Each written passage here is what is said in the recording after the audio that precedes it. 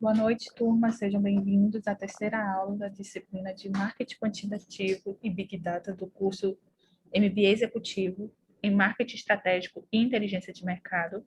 Essa disciplina será ministrada pelo professor Ricardo Tavares. Lembrando que nossas aulas são sempre gravadas e posteriormente disponibilizadas lá no nosso canal do YouTube. Desejo a todos uma boa aula. Obrigada, professor. Obrigado, Brenda. Então, vamos para frente. Olha, Então, era gente, moça, né? bonita, né? Eu gosto. É. Alto nível. IDAN é alto nível. Vamos lá. Olha só, na primeira semana, então, nós começamos, né, o nosso entendimento sobre marketing quantitativo e Big Data. Essa semana a gente vai entrar um pouco mais a fundo, né, em relação às práticas, né, e aos conceitos de Big Data, né, e principalmente relacionando esses temas, alguns exemplos do mercado e especialmente IoT, né, Internet das Coisas, e como a gente pode usufruir desses conceitos dentro da área de marketing. Hoje, ou melhor, só relembrando aqui, né, o que a gente viu então na primeira semana, nós vimos vários conceitos, tratamos sobre funil de vendas, marketing digital e KPI, né, todos, ou melhor, os principais modelos de monitoramento das ações que a gente pode adotar nas nossas estratégias de marketing. Tratamos um pouco sobre Big Data, parte sobre dashboards, né, e a gente vai ver um pouquinho mais ainda dentro dessa semana. E para essa semana a gente vai tratar um pouco sobre a tomada de decisão e árvore de decisão, né? Analisar cenários e teremos também o momento de apresentação das equipes do trabalho que foi colocado na aula passada, né? Além disso, nós vamos tratar também sobre o contexto da Big Data, né, dentro da área de marketing, principalmente dentro do contexto de marketing estratégico e das ações promocionais que podem ser utilizadas dentro da lógica da internet das coisas, né? Nessa semana a gente vai ver muito dos conceitos do que a gente chama de playable cities, né? Enquanto a gente tem o conceito de smart cities, né, de cidades inteligentes, a gente tem também o conceito das cidades traduzindo, né, em linguagem mais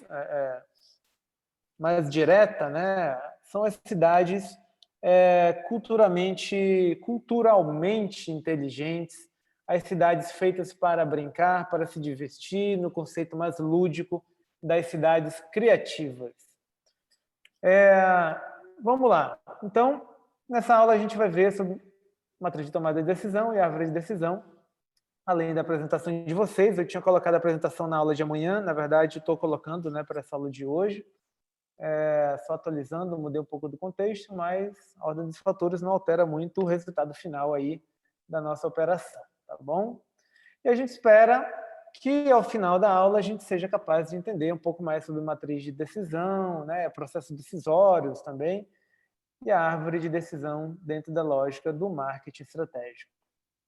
Então, gente, a gente precisa entender que tudo dentro da área do marketing estratégico, né, é uma ação de gerir e é uma ação de decidir, né? E o próprio Peter Drucker fala que gerir é decidir.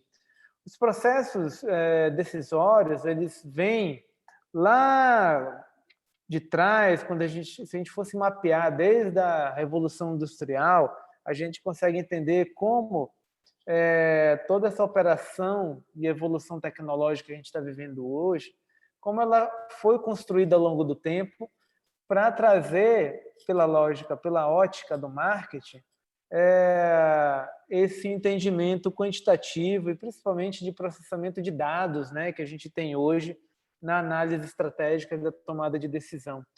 Se a gente considerar ali lá no início, né, na Alemanha, Bauhaus, quando conceberam que uma universidade deveria reformular o modelo da gente pensar a indústria e colocar dentro desse contexto engenheiros, artistas, comunicadores, arquitetos, para pensar o amanhã e pensar principalmente, né, uma sociedade de consumo que surgiu dessa evolução. Aí veio a guerra, deu uma parada geral, né? Assim como a gente está tendo uma parada na pandemia, mas que depois trouxe uma evolução tecnológica bastante acelerada, principalmente desenvolvimento econômico, né? Como a gente viu no pós-guerra, quando a gente teve os primeiros laboratórios de pesquisa e desenvolvimento criados pelas empresas que já investiam nisso. A gente começou a ver, por exemplo, os primeiros modelos de cálculo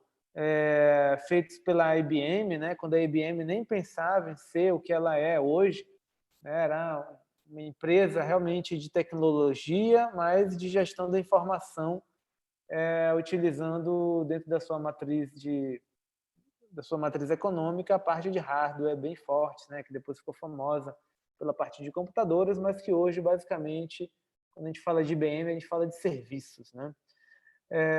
Serviços tecnológicos. E a partir dali, daquela lógica da IBM, a gente veio para a evolução do mercado financeiro, né? Quando um dos principais laboratórios começou a conceber, né, a lógica de processamento de dados, processamento de informações a partir do mercado financeiro, para fazer um cálculo de projeção de quanto uma ação poderia valer em determinado tempo, né? E isso mudou a maneira, né, como a gente conseguia realmente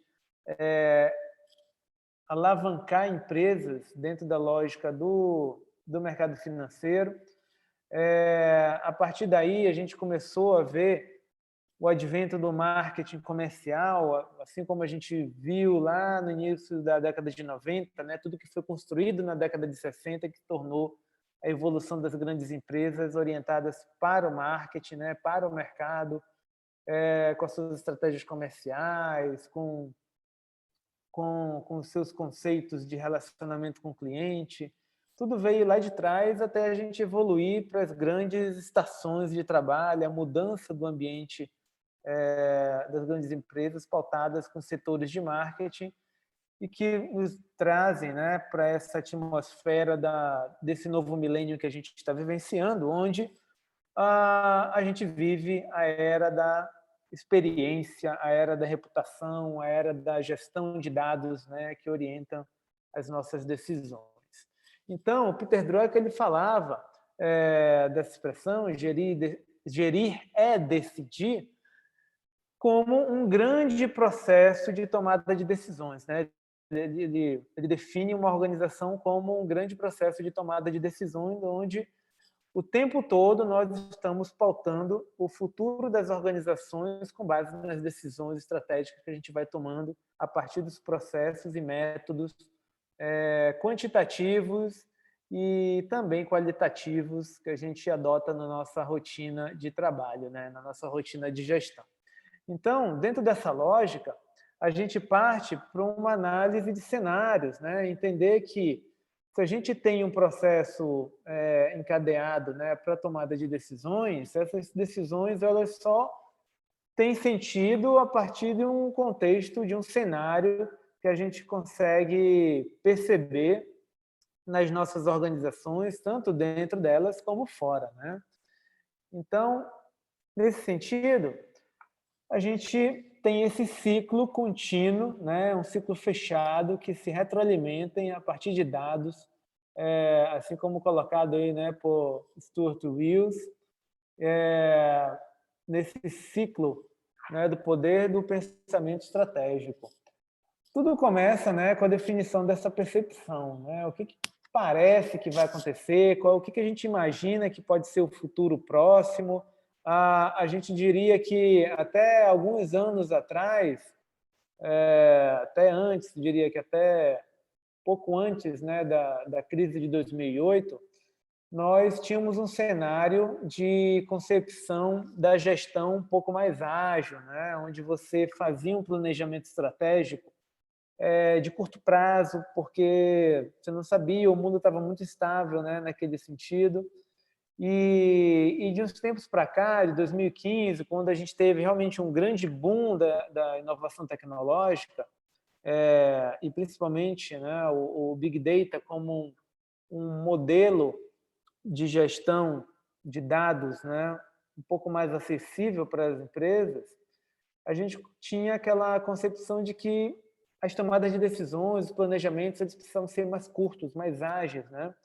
E a partir do momento que a gente tem uma grande ruptura no mercado, uma grande mudança tecnológica, e principalmente agora, né, no contexto da pós-normalidade, a gente volta a ter a necessidade de fazer um planejamento de longo prazo, né? Então, um planejamento de 10 anos, um planejamento que a gente acabava tendo que pensar o mercado com novos olhares e numa margem um pouco mais longa de concepção de cenários, né?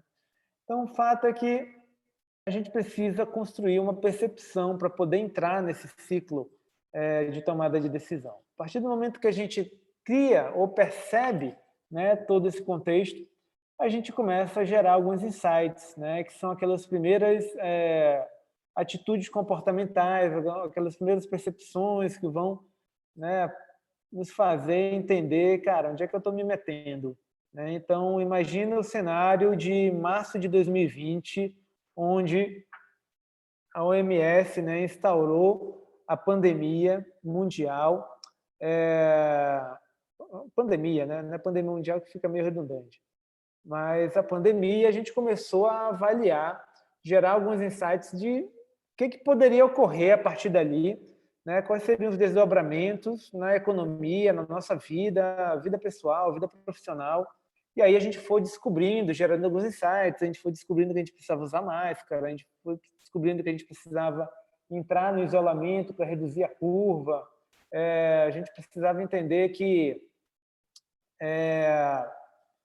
em dado momento a gente ia conseguir voltar, mas que a segunda onda ia acontecer em determinado momento. Então, a gente começou a desenvolver o que a gente chama de pré-ciência, né? Ou as primeiras análises preditivas do que poderia ser o futuro daquele contexto de pandemia, até a gente chegar num outro patamar da compreensão, né? Olha, a gente coletou vários dados, a gente pegou muita informação e aí agora a gente consegue analisar um pouco melhor as possibilidades que existem dentro desse contexto, dentro desse cenário que a gente está avaliando. Então, é nesse momento da compreensão que a gente muda o contexto da percepção, a gente entra na compreensão e começa a tentar identificar as oportunidades estratégicas, né, que vão gerar as vantagens competitivas devidas para o nosso negócio. Então, a partir do momento que a gente tem conhecimento, a gente começa a gerar um filtro, né, e tentar identificar qual é o caminho que a gente toma, qual que vale a pena, qual é o mais arriscado, qual é o menos arriscado, qual que vai dar mais lucro ou menos lucro, né, ou seja o caminho mais assertivo. E aí a gente segue, né, alinhando oportunidades e capacidades, né, até a gente adentrar o terceiro patamar, né, que é o patamar do raciocínio, né? Depois que a gente levanta as informações, depois que a gente compreende, né, e avalia as possibilidades, a gente vai tentar identificar o que a gente faz com tudo isso. E isso, gente, olha só como é interessante, né, como isso faz parte da nossa vida hoje. A quantidade de informações que a gente consome hoje, então imagina que vocês, até no tempo livre que vocês tiveram hoje, seja no início do dia, quando pararam para ler as matérias do Big Brother, da Juliette ou do Gil, ou quando pararam para planejar a semana e viram né, separaram um momentinho aí para se reeducar, se estudar um pouquinho mais sobre conteúdo que vocês veriam na aula de hoje. Vocês leram informações, acessaram blogs, acessaram portais de notícias, né? E vocês consumiram muitos dados.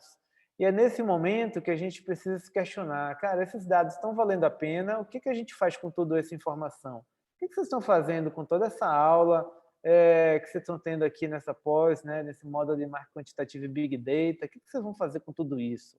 Está fazendo sentido? Não está? Né?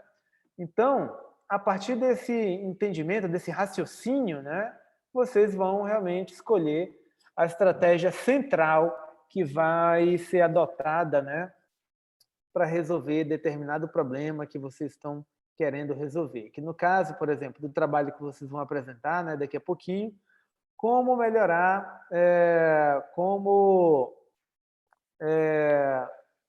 tornar possível, né, retomar o turismo lá do estado de Roraima, né, que, de certo, vocês fizeram uma pesquisa, analisaram um problema, né, e estão trazendo aí algumas propostas.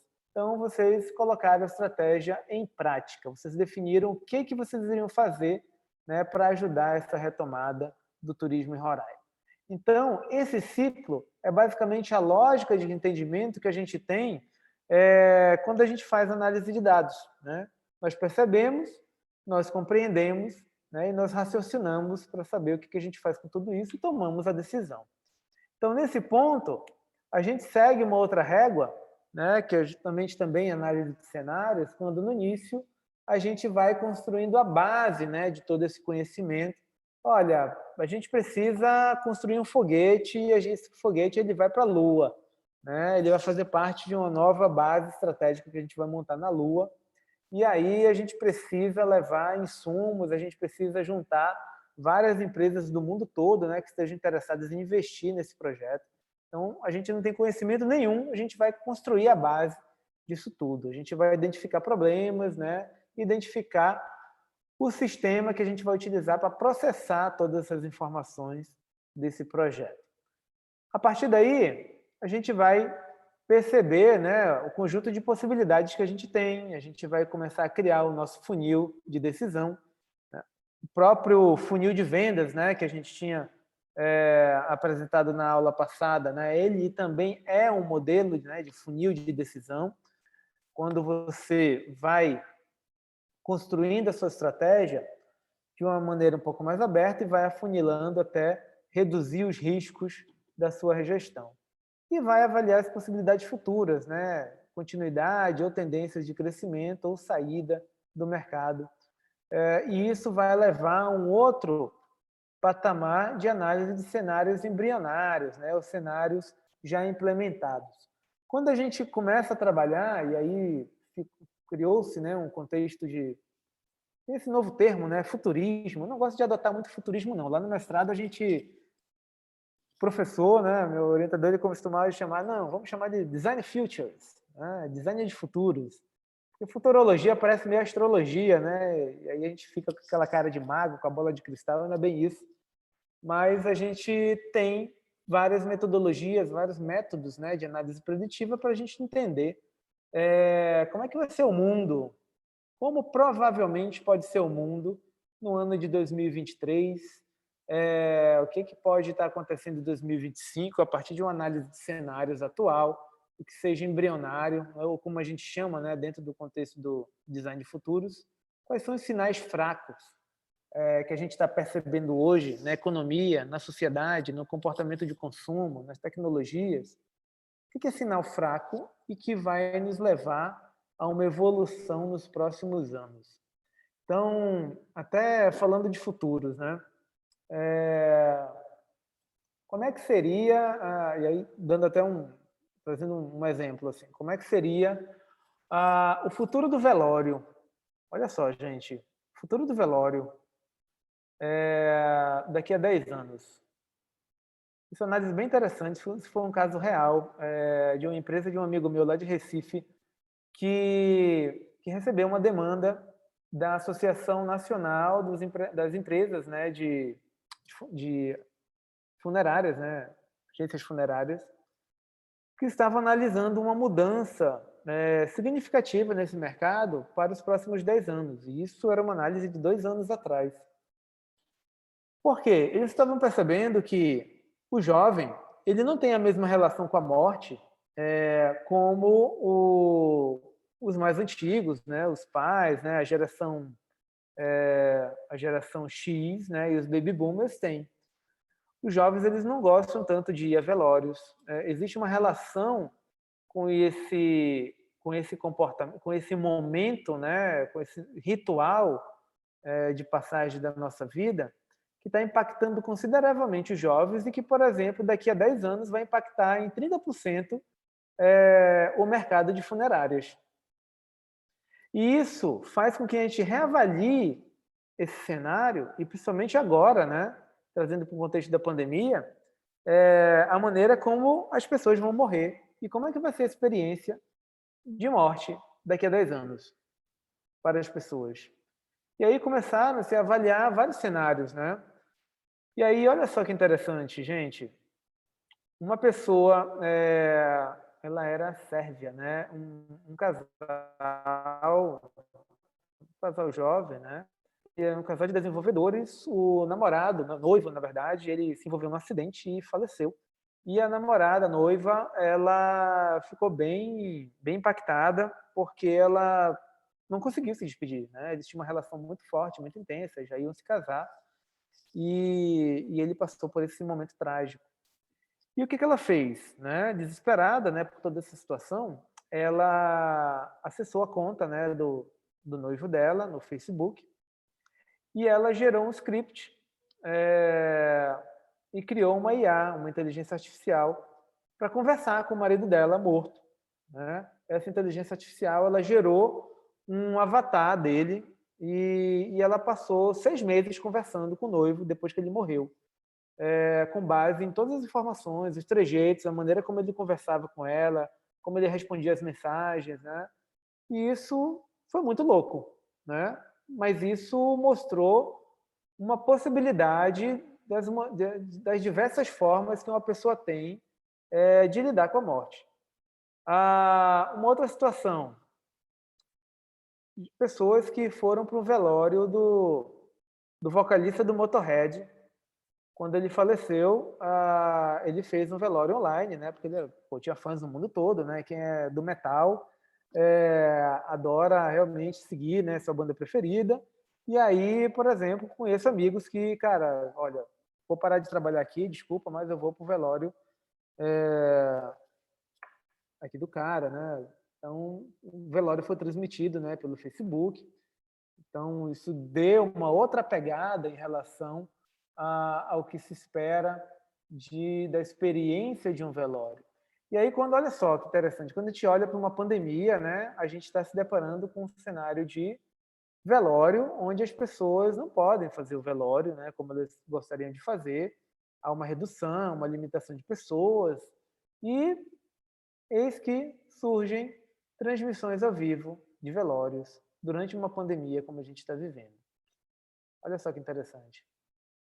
Então, tudo isso para dizer que a construção de cenários, ou melhor, a análise de cenários, ela é um trabalho constante, ele é cíclico, assim como a gente tem esse processo de análise de cenários fechado, né, em uma rotina de início e fim, e de iteração e de reinício, quando a gente começa a perceber que aquilo que a gente está fazendo vai impactar cenários futuros e vai gerar cenários embrionários. Dúvidas até aqui? Tá tudo bem ou tá muita viagem? Ok.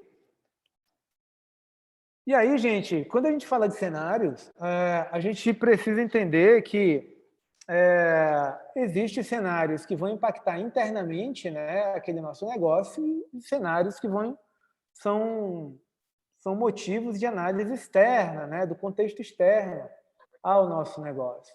Então, tudo que gira diretamente conosco, né, com a nossa empresa, vão dizer respeito aos concorrentes, à análise dos clientes, do seu comportamento de consumo, né, aos fornecedores, que são os parceiros, que de repente impactam a nossa rotina de produção. Olha, faltou equipamento, faltou insumo, né, para dar conta da produção e atender os clientes.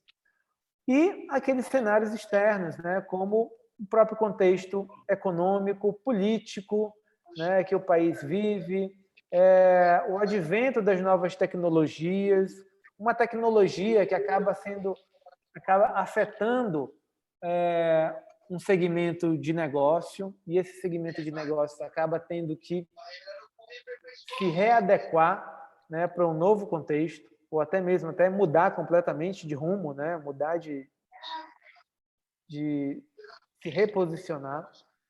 Então, a gente precisa analisar esses dois contextos de cenários. A partir daí, a gente tem também o entendimento de cenários dentro do contexto exploratório, normativo e desejado. Né? O exploratório, no sentido de buscar tendências, perceber tendências de comportamento que podem impactar a empresa no futuro, cenários normativos, né, que diz respeito a legislações, a regras do senso ético de mercado, né, que também precisam ser consideradas, e também os cenários desejados, né, análise do contexto de que, olha, se eu quero,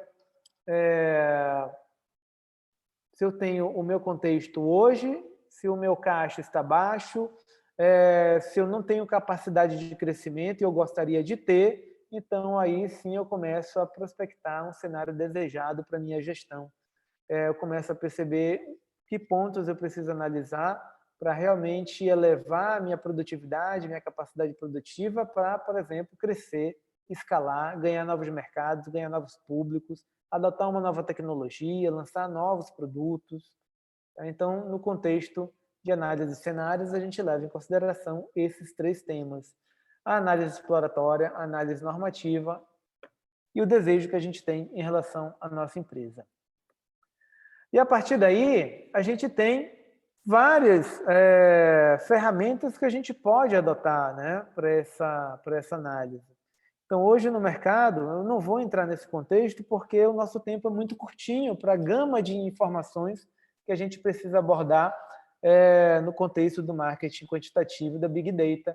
Mas, por exemplo, hoje a gente tem um software como um ClickView, onde você pode construir o seu dashboard de operação, né, de performance, ou então mostrar ali em tempo real como é que está sendo a sua operação de loja, né? Isso falando no contexto do varejo. Olha, eu quero mostrar, eu tenho no meu estoque atual, eu tenho R$ 500.000 em produtos e eu quero que me mostre quanto eu estou tendo de saída desses produtos diariamente para eu poder saber em que momento da semana eu vou solicitar uma nova compra de produtos para ela chegar daqui a 2 semanas. Né? E aí está sempre up to date, né? Sempre atualizado em relação a isso. A gente tem várias ferramentas, né? Eu tinha citado o ClickView, SEMrush, dependendo do contexto, a gente tem aí Hubify, Salesforce, né? Com vendas. Alguém tinha comentado da outra vez, né? Que adotava aí algumas ferramentas de BI, principalmente, dentro do seu negócio, não foi? Então, ferramentas que fazem análises preditivas e, principalmente, assim, ferramentas que, em determinados casos, podem até ser extremamente robustas, né, para fazer essa análise, principalmente já utilizando inteligência artificial, IBM Watson, né, que tem código aberto aí para receber soluções novas em relação a isso. Ok, gente? Dúvidas até o momento? Tá de boa?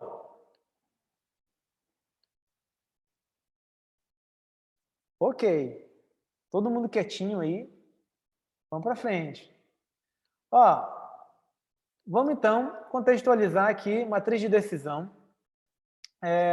Vamos considerar o que a gente precisa levar em consideração em relação a essas duas técnicas, né, que a gente acaba adotando e que também são bastante ágeis para a gente levar para a nossa decisão, para a nossa tomada de decisão, né, em processos internos de gestão. Então, a matriz de decisão, ela é um modelo como esse que vocês estão vendo, né, que ajuda bastante, né, a fazer análises rápidas e principalmente com base em cálculos simples que nos ajudam a tomar decisões estratégicas, seja ela de que porte for, mas que nos permitem adotar, né, o critério de segurança na nossa tomada de decisão, principalmente considerando equipes de trabalho, expansões, estratégias de venda, enfim. Então, essa matriz, né, o que a gente precisa considerar dela? Né? A gente precisa considerar que a gente precisa coletar, né, informações e organizar essas informações em formato matricial, tal como vocês estão vendo aí. Então, a gente tem, por exemplo, a possibilidade de analisar soluções diversas. Né? Aqui a gente tem um exemplo de 3 soluções. Analisar essas soluções a partir de critérios e, principalmente, esses critérios analisados a partir de pesos, né? Notas de medida, onde a gente pode adotar para cada caso desse aqui. Então, a gente busca pontuar as interseções entre linhas e colunas, né? Se propõe a solucionar uma questão. A matriz poderá ainda conter alguns pesos, né? Então, os critérios de peso eles variam muito conforme a análise, né? E ao gosto do projetista, né? Mas a gente acaba adotando aquele critério 1, 2, 3, então 4, 5, 6, né? Ou critério de porcentagem também. O maior valor detectado sempre constituirá possivelmente a melhor decisão a ser tomada nesse sentido. Então, assim, na prática, é como se a gente tivesse esse modelinho também, que a gente fizesse no Excel, onde a gente coloca os critérios de ponderação, nós definimos um peso para determinada solução, e aí a gente vai pontuando uma nota, né? Se for um trabalho de equipe, a gente tira uma média, né, e define a nota, né, da solução 1, 2, 3, né, análise dos critérios a partir de grau de investimento, inovação, acessibilidade, e tantos outros que a gente pode adotar até chegar na resposta dos problemas que a gente deve considerar, né? Então, imagina que um modelo como esse pode nos ajudar, por exemplo, a definir qual a unidade de venda por região você faria investimento em marketing, se a gente está falando aí de negócios que têm várias lojas, né? E você precisa saber em qual ponto de venda você pode dedicar maior atenção, né, de maneira estratégica, ou você pode adotar, né, considerando a sazonalidade das vendas, você investiria na melhoria do processo logístico, considere as vendas e o tempo de entrega das mercadorias. E aí você coloca os critérios, né, a partir do contexto das vendas e o tempo de entrega e define as soluções a partir de uma nota. Ou responder uma pergunta como essa, né? Qual segmento de produtos você investiria em uma campanha de marketing? Qual que está sendo mais relevante que, de repente, a gente pode adotar uma estratégia de uma matriz de decisão, né, e nos entregar um número, um critério, né, muito claro que possa basear a nossa decisão. Então, olha só, trazendo um exemplozinho, né? Olha, onde abrir uma nova filial? Então, a gente considera que alguns critérios, né, alguns elementos de ponderação. Exemplo, a distância entre a matriz e a filial. Isso vai ter peso 1. E aí a gente tem a região 1, região 2 e região 3 para avaliar onde a gente abre essa nova filial, né? Olha, uma quantidade de concorrentes que a gente vai ter próximo. Cara, uma coisa é você ir para uma região que não tem ninguém, concorrente nenhum. Outra, você só marcar presença num cenário que vai ter vários concorrentes e você vai ser apenas mais um. E o market share da região, né? Se você for para lá, qual o tamanho, né, da margem, né, desse mercado que você pode abocanhar? Se só tem 2 pessoas, né, se só tem um concorrente, você pode chegar até 50%, ou até realmente usufruir de um pouco mais dessa fatia. Se você chega com 3, 4 concorrentes, essa chance já reduz um pouco mais. Então, nesse ponto, gente, olha só, a gente faz uma relação basicamente de lógica de multiplicação e soma, onde nós definimos a nota e multiplicamos a partir do peso que a gente vai adotar para ela. Então, uma nota 2, que tem peso 1 no critério de distância entre matriz e filial, né, a gente vai ter o score 2. Uma nota 6, onde a gente tem o peso 4, né, para a quantidade de concorrentes, a gente vai ter o score final de 24, e no somatório a gente tem um número, um índice que vai nos ajudar a tomar certas estratégias. A gente adotava muito isso, né, quando a gente precisava, por exemplo, adotar a estratégia, né, de definição de cenários para abrir filiais de loja quando a gente atendia o ataque, ou quando a gente atendia a rede de drogarias, né, sabe que estratégia de logística, né, e de ponto de venda é muito forte, né? Acho que hoje o que mais se vê é a abertura de barbearia, drogaria e academia. Né? A academia deve ter dado uma parada agora, mas drogaria abre pra caramba, não é verdade? Então, olha só, a gente pode seguir um modelo como esse, que é um modelo de cálculo simples, e aí a gente vai ter a referência do que adotar em determinada estratégia. Então, aqui ó, a gente tem um sim para essa região número 1, que era a nossa primeira solução, e a gente tem um não para a região 2 e 3, que apresentaram um score bastante baixo em relação a isso. E aí, gente, dependendo da complexidade da decisão, vocês vão adotando um gráfico muito mais complexo, né, na gestão de vocês. Então, olha só, fazendo um exemplo rápido aqui, né? Poderia ser um exercício, mas a gente detalha aqui rapidinho. Olha, foi realizada uma pesquisa com os clientes de um lava-jato e o dono verificou que os clientes estavam insatisfeitos com o atraso da entrega dos carros. Então, a equipe de melhoria do lava-jato chegou às seguintes soluções para o problema. Solução A, contratar mais um funcionário para ajudar na lavagem de carro. Solução B, treinar a equipe de lavadores. E a solução C, padronizar a lavagem dos carros. Então, a gente tinha 3 soluções para resolver essa insatisfação com o atraso da entrega dos carros. Foi elaborada, né, uma matriz de decisão com base nas alternativas de solução, né, que foram levadas ao proprietário.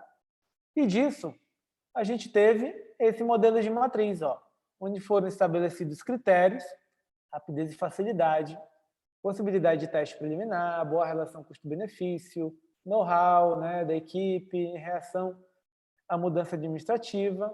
Nós temos os pesos definidos para cada critério desse e as respectivas notas adotadas para cada solução, o que nos leva à melhor solução, alternativa 2, né?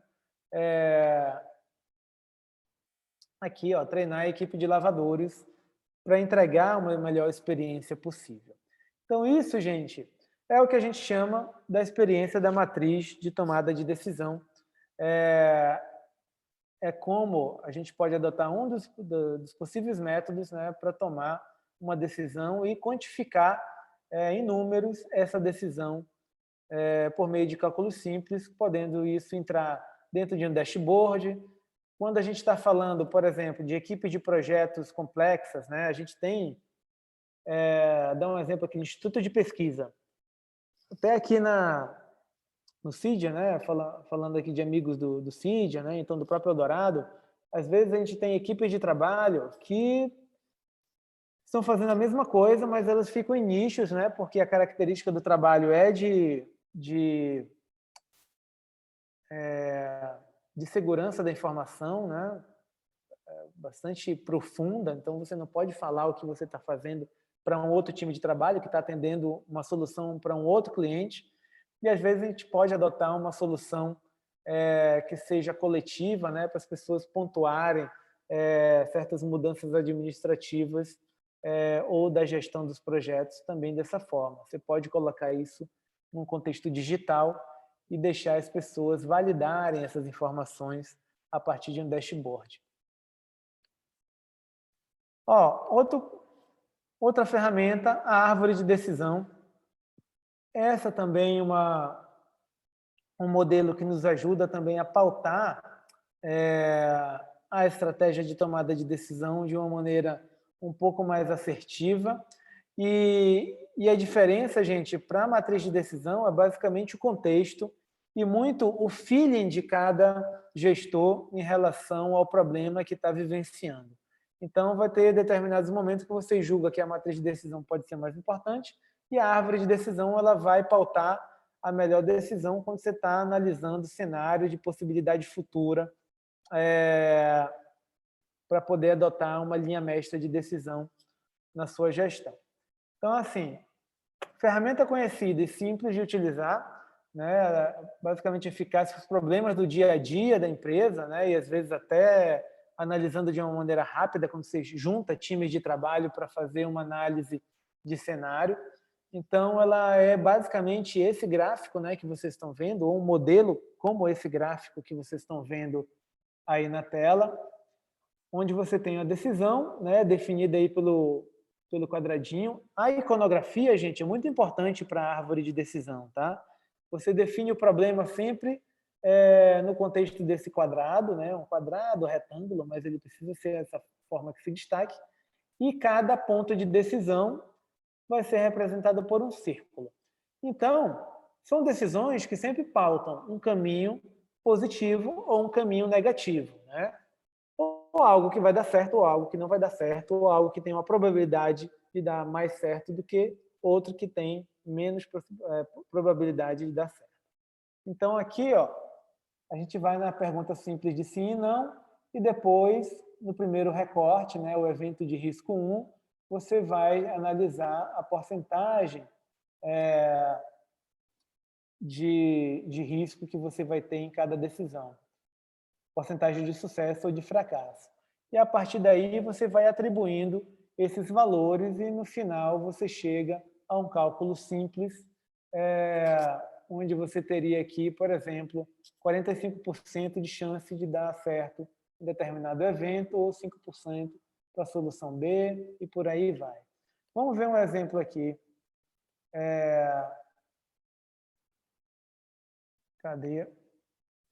Para que uma árvore de decisão seja um instrumento eficaz de auxílio ao gestor, alguns pontos, né, devem ser levados em consideração. Né? Então, a gente precisa ter uma árvore simples, porque gráficos como esse precisam levar a uma gestão rápida, né, uma decisão rápida, para permitir uma comunicação fácil, principalmente, gente, quando a gente está trabalhando com equipe, né? Quando a gente tem pessoas que pensam diferente, com pessoas que têm dificuldade de analisar cenários, sabe aquelas reuniões, né, que a gente senta todo mundo na mesa, né? E aí, gente, a gente está com um problema grave aqui, a gente não sabe o que fazer. E aí você torna tudo isso visual, num processo de decisão ágil, né, para fazer com que a equipe entenda visualmente e seja bastante assertiva nesse processo de tomada de decisão. Funciona como uma lousa para desenvolver e documentar a compreensão sobre o problema. Né? E aí, em tempos de reuniões virtuais, pode ser muito bem também um gráfico que você pode fazer num PowerPoint ou até num Jamboard, né, do Google para compartilhar com a sua equipe remota. As pessoas que vão decidir devem sempre estar envolvidas, né, no processo de análise, então você não chama qualquer pessoa, né, mas as pessoas que vivenciam o problema, né, e conseguem colaborar e ajudar você a tomar decisão, de forma a assegurar que estejam presentes todas as estratégias que devem ser analisadas, né, que o nível de modelagem seja correto, sem simplificações ou complicações desnecessárias, para tudo fluir de maneira primorosa. Então, olha só, a árvore de decisão precisa ter os pontos de decisão, os terminais dos eventos incertos, os terminais finais e as anotações das árvores. Né? Então, assim, os pontos de decisão são representados por os quadrados, né? Que são as variáveis ou ações que o tomador de decisão controla. Então, qual é o problema? A gente coloca lá dentro do quadrado. Em tempo de post-it, desenha lá um quadrado, coloca o post-it lá quadradinho, né? Deixa uma cor diferente, coloca lá o problema, e aí você vai puxando os terminais representados por círculos, né, que são variáveis ou eventos que não podem ser controlados pelo tomador de decisão. Lembrando, ó, algo que você não controla, pode ser algo externo, né, um cenário externo. Olha, se acontecer uma terceira onda da pandemia, Ricardo, eu abro ou fecho o meu negócio? Será que eu compro mais? Será que, com a terceira onda da pandemia, eu aumento logo a minha infraestrutura de delivery e reduzo do salão? Ou será que eu tento manter o salão aberto de alguma forma ou até onde eu consigo ir? O que eu faço? Então, a gente tem a possibilidade, né, de tomar essas decisões a partir dessa lógica. Os terminais finais, né, eles são representados por ramos sem conexão, representam os pontos aos quais os possíveis valores de resultados estão ligados. Então, é onde está o final da decisão, onde você vai fazer aquele cálculo rápido para entender se vale a pena aquele caminho que você está adotando para aquela solução ou não. Né? E as anotações da árvore são os compostos de probabilidades, né? Os valores esperados do resultado. Ó, vamos ver aqui um exemplo com a roleta americana. Né? Vocês gostam de probabilidade estatística, gente? Alguém gosta de probabilidade aí? Mais ou menos. Mais ou menos? Alguém se inscreveu em marketing achando que não ia fazer cálculo? Eu conheço gente que entra na faculdade de marketing e não sabe que precisa fazer cálculo. Gente, é sério. A gente faz cálculo sim. Mas pelo menos precisa entender, né? Por mais que o cálculo seja simples, a gente precisa entender da lógica por trás disso tudo. Olha só, roleta americana. Não sei se alguém joga jogo de azar, mas é um dos exemplos, né, que a gente adota para explicar o processo de árvore de decisão. Então a gente tem uma roleta, a roleta, né? Vamos voltar aqui no nosso cassino. Não estou promovendo jogo de azar, não, tá? É só a lógica do entendimento, né, de probabilidade. Uma roleta, ela é formada pelas cores vermelhas e pretas e pelo verdezinho, né? Se você tiver com muita sorte, você coloca todas as suas fichas ali. Mas você vai fazendo um cálculo dentro de probabilidades que dividem o jogo da roleta entre probabilidades que vão entre 1 a 18, né, na numeração da roleta. Então, você vai aqui de 1 a 18, ou de 19 a 36. E aí você monta mais ou menos o seu jogo.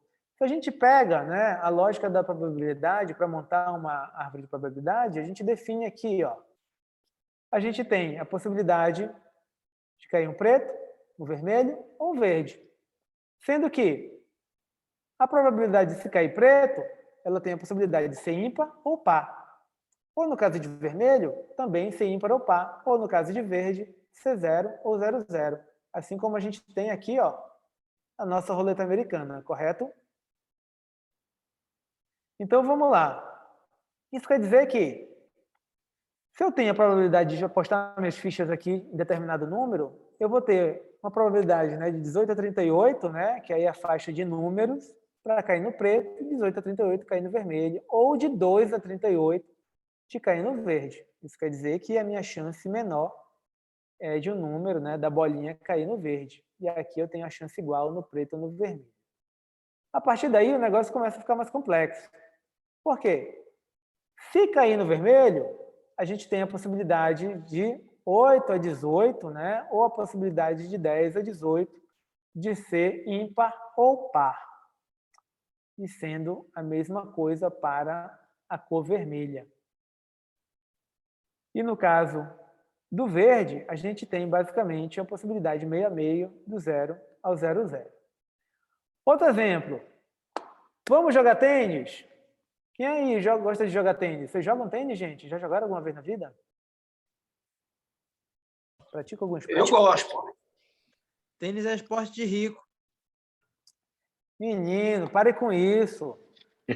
Você vai jogar bola no final de semana, você gasta lá na chuteira do Neymar, você vai compartilhar ali o campo com os amigos, você vai investir numa camiseta bacana, vai comprar os coletes do time ali, vai dar quase a mesma coisa. Conversa. Olha só, gente, só um exemplo aqui, né?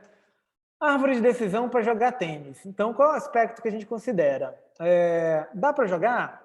Depende. O tênis, se a gente não tem uma quadra coberta, a gente precisa ter um clima legal para jogar. Então, precisa fazer sol. Ou, se a gente tem um dia só com nuvens, né, ainda dá para jogar. Ou, se a gente tem um aspecto de chuva, a gente precisa considerar outro contexto. Então, no sol, olha, tendo sol, a gente precisa avaliar. Vai ter umidade? Cara, a umidade vai estar elevada. Então, isso quer dizer que a gente vai cansar pra caramba, ou então tem uma grande probabilidade de chuva. Então, isso quer dizer que não vai dar para jogar. Ou, se a gente vai ter uma umidade, não é uma umidade normal, ok, a gente não vai passar mal por causa disso, então vamos jogar. Se o dia é de nuvens, isso quer dizer que, olha, está fazendo nuvem, mas não está chovendo, então dá para jogar. E aí, se a gente tem a chuva, a gente tem a possibilidade do vento, e esse vento, ele está fraco ou forte? Se ele está fraco, tudo bem, não vai influenciar em nada. Se ele estiver forte, ele vai influenciar na velocidade, no movimento da bolinha. Certo? Então, isso é muito importante para a gente começar a processar a lógica da tomada de decisão, principalmente, gente, quando a gente está montando dashboards complexos, né, pela lógica do Big Data. Né? Então, por mais que a gente não saiba programar né? Ninguém está pedindo aqui, não. Nós estamos no curso de marketing estratégico e a gente está falando de Big Data, a gente não vai dizer para vocês, olha, agora vocês vão aprender uma linha de programação aqui. Não precisa ser dessa forma. O que a gente precisa entender é a lógica de procedimentos que a gente adota para tomar decisões e como a gente leva isso para um contexto quantitativo para tomada de decisão, né? Então, olha só, um projeto que chegou em cima da hora, outro exemplo, e que o prazo solicitado pelo cliente é bastante arriscado, para analisar o caso, criamos um cenário conservador, que provavelmente não atenderia ao prazo, e um cenário agressivo, em que se colocarão mais recursos humanos para tentar melhorar a probabilidade de sucesso. Já se depararam com esse caso? Cara, surgiu uma proposta, baita oportunidade, mas aí você avalia, cara, esse negócio tá bom demais para ser verdade. Será que vai ser muito bom mesmo ou eu vou quebrar a cara? Então, olha só. Primeiro caso, não pegar o projeto. Então, imagine só. No caso 1, cenário conservador tem um total de custo de R$500 mil. Custos de R$500 mil. E 30% de sucesso no cenário conservador e 40% de sucesso no cenário agressivo. E qual o cenário que a gente escolhe? Então, isso, gente, fazer o projeto ou não. Aqui, ó, 500 mil, aqui o agressivo, a gente tem um custo um pouco maior de 550 mil, né? Pois a gente vai precisar investir algumas horas extras. Nesse cenário conservador, né, a gente tem 30% de sucesso e 70% de fracasso, o que vai nos dar, ó, 30% de sucesso, quer dizer que 30% de 500 mil vai nos dar 150 mil, 70% de fracasso vai dar 350 mil. Se a gente faz aqui, ó, a subtração simples, a gente vai ter um prejuízo de menos R$200 mil. E aqui na análise do cenário agressivo, a gente vai ter um impacto um pouco menor, mas ainda assim no prejuízo. O que nos coloca a lógica de que não vale pegar esse projeto, porque ele vai nos dar prejuízo, vai nos dar dor de cabeça, e isso não vale a pena. No outro caso, né, olha, e se a gente pegar o projeto, né? A gente tem um cenário diferente, onde nós temos um cenário conservador, né, dos mesmos números aqui, né, R$500 mil. No cenário agressivo, a gente vai precisar ainda assim investir um pouco mais por conta da hora extra, só que aqui a gente tem 60% de sucesso e 40% de fracasso, que já me dá, ó, uma outro patamar, uma outra análise de números em relação a isso. Se eu tenho 60% de sucesso, quer dizer que eu posso ter R$300 mil de custo e ter uma sobra no final. Eu posso ter 40% de fracasso, né, de 200 mil. A subtração simples vai me dar aqui a possibilidade de ter um ganho de R$100 mil. Comparado ao cenário agressivo, R$275 mil, que me leva a crer que, olha, se a gente fazer esse investimento de R$50 mil e tomar uma atitude mais agressiva, a gente tem mais chance de se dar bem do que a gente adotar o cenário conservador, porque vai dar pé. Estão entendendo isso, gente? Está muito complexo para vocês ou está de boa? É muito importante. Tá de boa, professor. Está de boa? Vocês conseguem visualizar, por exemplo, um cenário onde, numa análise de projetos, né? Ou então análise de um potencial cliente ser valioso ou não para a minha empresa, a gente pode adotar um cálculo até automatizado, né? A gente pode jogar isso numa tabelinha e automatizar isso, pode colocar no dashboard, né, para isso se tornar mais viável. Isso pode gerar até um aplicativo, né, interno para a empresa calcular, e isso ser adotado como modelo de gestão interna. Consegue visualizar isso na vida de vocês?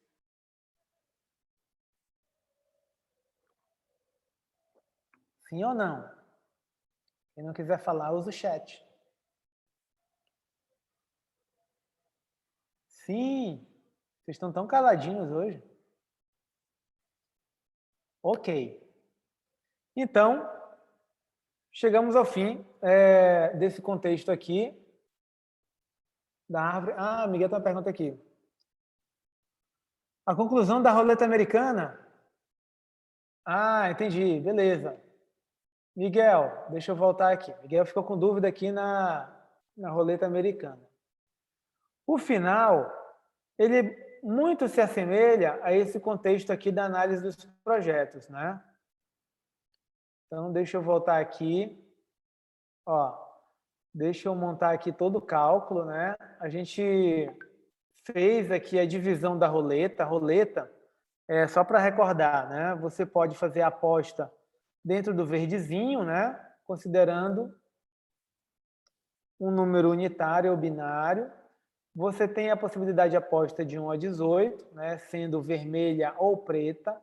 E você tem a possibilidade de aposta do 19 ao 36, considerando par ou ímpar também, né?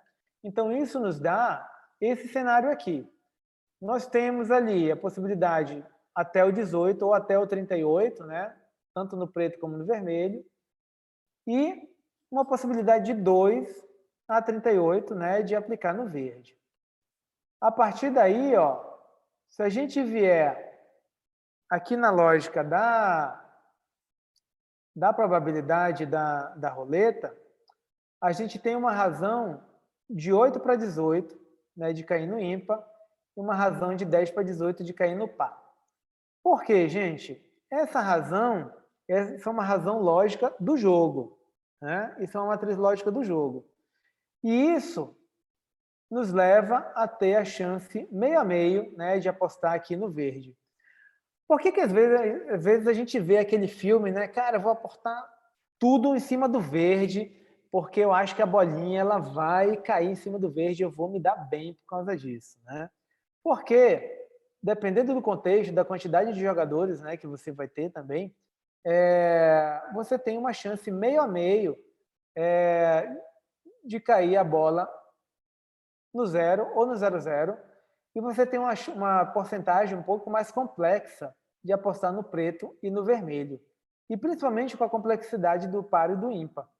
Então, não sei se deu para você entender aí, mas a lógica da probabilidade, né, do exemplo que a gente deu da roleta americana, né, da roleta aqui do cassino, é a mesma lógica que a gente adota na avaliação do cliente, né, do projeto, se vale a pena ou não vale a pena. A gente atribui valores e esse valor ele vai nos contextualizar no sentido de, olha, a gente tem uma grande chance ou a gente tem pouca chance se você faz uma análise de cenários.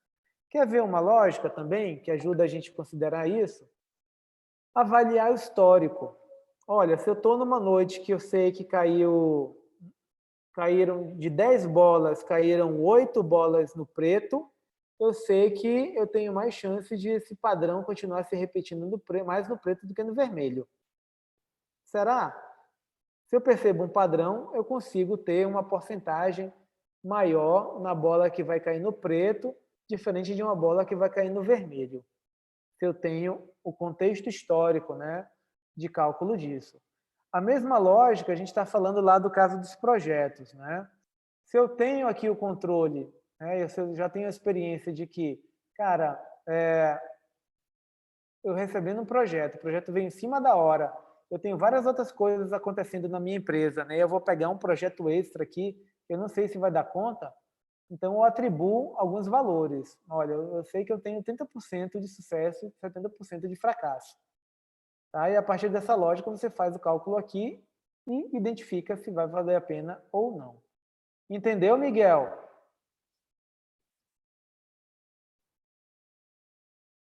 Probabilidade é chatinho, assim, né?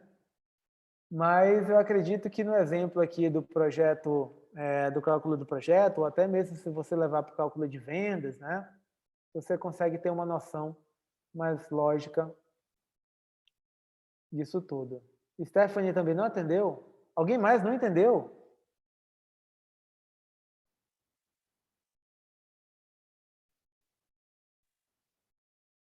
Estou sentindo vocês tão quietinhos aí. Ok, gente. A gente pode fazer um revival amanhã. Somente pelo motivo da gente aproveitar o nosso resto de aula aqui para vocês fazerem as apresentações de vocês. Legal, ó, Miguel já conseguiu pegar aí. Então, olha só, são exatamente 8h11. E aí nós teremos aqui 4 equipes para apresentar, a verdade? 10 minutinhos para cada equipe, alguns comentários rápidos, e aí a gente conclui a nossa aula. Quem gostaria de começar? Lembrando que eu vou pedir a gentileza, até deixa eu só acompanhar aqui também com a Brenda. Brenda, a turma pode lançar os trabalhos lá no portal, no sistema já? Já podem, né? Pode sim, professor. Na verdade, eu também habilitei uma opção para enviar esse trabalho de hoje, né? Além daquele outro trabalho da segunda atividade avaliativa. Já estão com os Legal. prazos lá, então eles já podem inserir, né, o documento lá, preferencialmente, Perfeito. como o senhor falou, em PDF, né? Muito bem. Gente, não esqueçam só de colocar os nomes, né, dos membros da equipe. Por favor, nome e sobrenome para a gente se encontrar Mas esse depois. arquivo que a gente fez foi em PowerPoint. Tem que transformar ele em PDF para colocar lá no portal.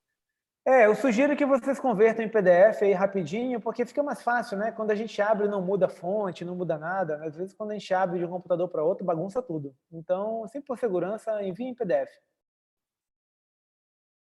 Ok. tá? Gente, com vocês. Querem começar aí, Brando? Podemos começar. O Lorival vai Pode sim. fazer a nossa apresentação. Nós somos do grupo 2 aí, né? Posso começar a apresentação aí. E, professor, Perfeito. esse trabalho dos slides aqui, o único que é para fazer o upload é ele, né? Que eu estava fazendo essa semana, Sim. mas tava com outra palavra lá. Eu creio que Ah, era loading page, né? Loading page. landing page.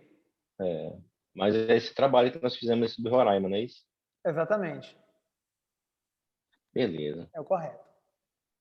Com vocês, gente. Estou todo ouvidos. Gente, Vou deixar eu aqui vou 10 compartilhar. minutos. Eu vou compartilhar aqui a tela, é Legal. isso? Deixa eu colocar o Pode trabalho e puxar compartilhar. aqui. Deixa eu pegar o trabalho aqui. Ó, tentem se até os 10 minutos, tá? Até para não tirar o tempo dos colegas que vão apresentar ainda na sequência. Deixa eu só compartilhar aqui. Eu estou no celular aqui.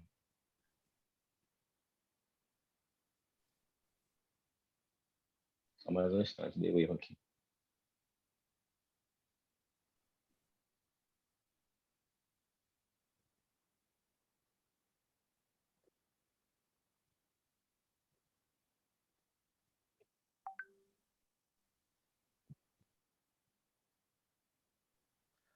Ó, gente, sempre recomendação também, caso, por exemplo, o Lourival vai apresentar aqui. Sempre quando tiver alguma instabilidade, né, e de repente você sentir que está comprometendo a apresentação de vocês, alguém do grupo assume aí para compartilhar ou até mesmo dar sequência, tá? Se a conexão cair, fiquem Eu preparados, estou tá tentando bem? aqui, professor. Estou tentando aqui, estou puxando aqui do celular aqui, mas está carregando aqui ainda.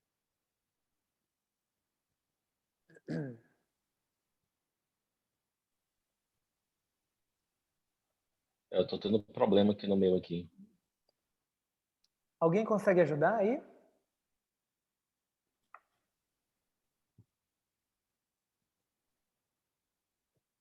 Para quem tiver no computador, é só colocar em share screen, que é esse iconezinho verde, né? E aí basta estar com o documento selecionado, né, que você vai utilizar aberto pela área de trabalho, né, minimizado, e aí você vai poder selecioná-lo. Ó, curioso, você está no celular, né? Eu nunca experimentei o Zoom compartilhar arquivo pelo celular. Não sei como é que é a experiência. Também não. Não sei se é possível. Acho que deve ser isso. Eu mandei aqui num grupo novamente aqui. Vê se alguém consegue compartilhar aí e você apresenta. Eu coloquei, Brandon, num grupo nosso aí. Ver se a gente consegue aí.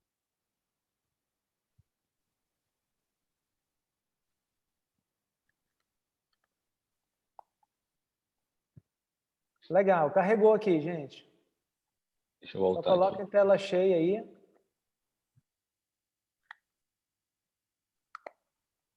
Tu abriu aquele último, foi, Brando? Aqui eu não consegui visualizar, não. Quem foi que colocou que o meu tá carregando, não consigo compartilhar não. Quem foi que compartilhou? Alguém compartilhou aí. Acho que foi a Jéssica Maciel, não foi isso? Que eu vi um G Maciel aqui. Coloca aí, Jéssica, pode colocar aí, deixa em tela cheia, por favor. Para mim não está aparecendo ainda não. Pronto, legal. Para mim carregou já. Isso. Agora para mim que vou apresentar não está aparecendo. Tenta passar a tela. Já que tu tá no celular, vai mudando a tela até tu encontrar a apresentação. Normalmente fica na primeira página. É isso que eu estou fazendo agora. Acompanha pela tua apresentação, né, do teu arquivo. Então vamos lá. Eu vou ir falando aqui, mas eu não estou enxergando a tela. Mas é importante os colegas estão enxergando para acompanhar aí. Ok? Ok. Vamos lá, gente. Boa noite a todos. Vou apresentar nosso trabalho aqui. Trabalho feito em um grupo de 11 pessoas. É o trabalho do professor Ricardo Tavares. A equipe é composta pelo Breno de Souza, Thaís Moreno, Kátia da Silva, Ramona Bandeira, Kelvison Paes, Jéssica Maciel, Abigail Maciel, Maria Júlia, Lorival Costa, Isabela Sabrina, Silvio Samuel. E a pessoa que vai apresentar é o Lorival Costa. Nós criamos aqui uma persona através de uma pesquisa que fizemos aí, né? Pedir só a gentileza, quem Fictícia. tiver com a apresentação, Lorival, rapidinho, para colocar em tela cheia, porque algumas pessoas não estão vendo. Aí, legal. Agora sim. Pode seguir.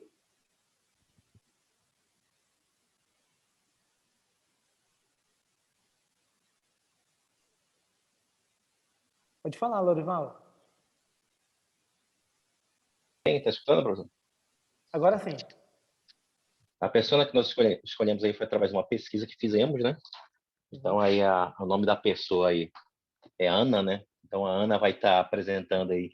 Ela acabou de voltar de Covid, então com a voz meio gutural, que sou eu. Então, vamos lá, gente. Oi, eu sou Ana, tudo bem? Estão procurando um lugar para respirar ar puro? O Monte Roraima é uma excelente opção. Vamos conhecer o estado de Roraima? Vem comigo. Próxima tela aí. Antes de tudo, veremos algumas informações importantes. Vamos lá. Roraima, capital Boa Vista. Então, segundo os dados do IBGE, vamos falar algumas informações. A população estimada em 2020 foi 6.631.881 pessoas. A população do último censo de 2010 foi 450.474 pessoas. A densidade demográfica em 2010 foi 2,01 habitante por quilômetro quadrado. Total de veículos em 2018, 219.290 veículos. Então, Roraima teve uma queda de 34% de atividades vinculadas ao turismo em 2020. A redução, segundo dados dos indicadores de faturamento do turismo, IFT, está relacionado à pandemia do coronavírus.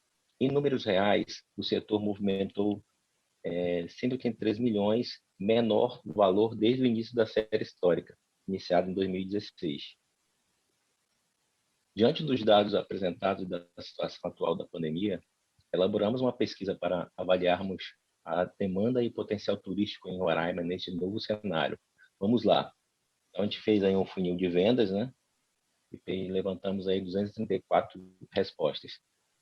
Porcentagem de interessado no turismo em Roraima por gênero e idade, respectivamente.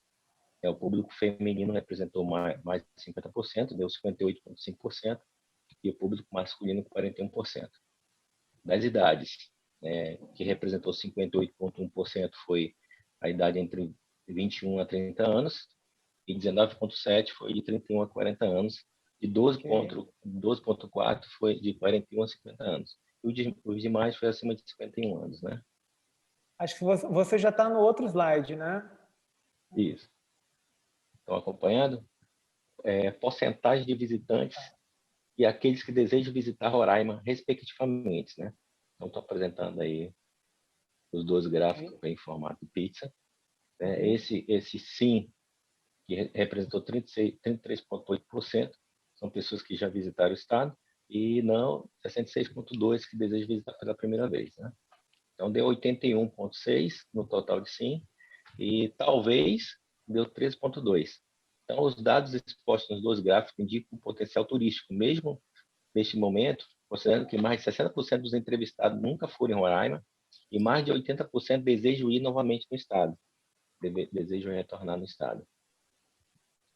Próximo gráfico aí.